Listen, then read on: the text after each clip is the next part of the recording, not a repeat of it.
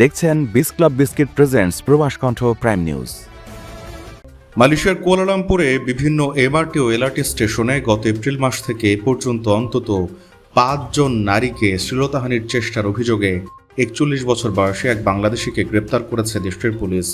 বুধবার এক বিবৃতিতে কুয়ালালামপুরের পুলিশ প্রধান ফাদিল মারসুস জানান, গত ২৭ এপ্রিল দুপুর ১১:১২টার দিকে মালুরি এমআরটি স্টেশন এলাকা থেকে অভিযুক্ত ব্যক্তিকে আটক করা হয়।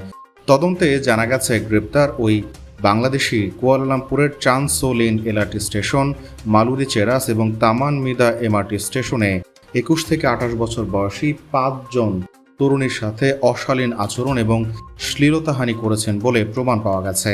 দীর্ঘ তদন্তের পর পুলিশ তাকে শনাক্ত করতে সক্ষম হয় এবং মঙ্গলবার তাকে কুয়ালালামপুর আদালতে হাজির করা হয়।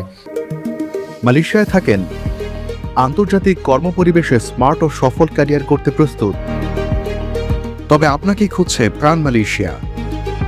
সমগ্র মালয়েশিয়া জুড়ে বিভিন্ন পদে আপনি হতে পারেন আমাদের পরবর্তী টিম মেম্বার। আপডেটেড সিভি সহ হোয়াটসঅ্যাপ করুন এই নম্বরে। আদালতে উপস্থাপনের পর শুনানির পর রায় ঘোষণা করেন আদালত। সেখানে তাকে ৬ মাসের কারাদণ্ড এবং ১৫,১০০ রিঙ্গিত জরিমানা করা হয়েছে। এই শাস্তিগুলো অভিযুক্তের বিরুদ্ধে দণ্ডবিধির ৩৫৪ ধারায় শ্লীলতাহানির ৫টি পৃথক অভিযোগে আনা হয়। কুয়ালালামপুর পুলিশ প্রধান আরও জানান, অপরাধে দোষী সাব্যস্ত হলে অভিযুক্ত ব্যক্তির সর্বোচ্চ ১০ বছরের কারাদণ্ড, অর্থদণ্ড, বেত্রাঘাত বা এর যে কোনো দুটি দণ্ডে দণ্ডিত হতে পারেন। তবে আদালত সব দিক বিবেচনা করে তাকে ১৫,১০০ রিঙ্গিত নগদ অর্থ জরিমানা এবং ৬ মাসের সশ্রম কারাদণ্ড দিয়েছে।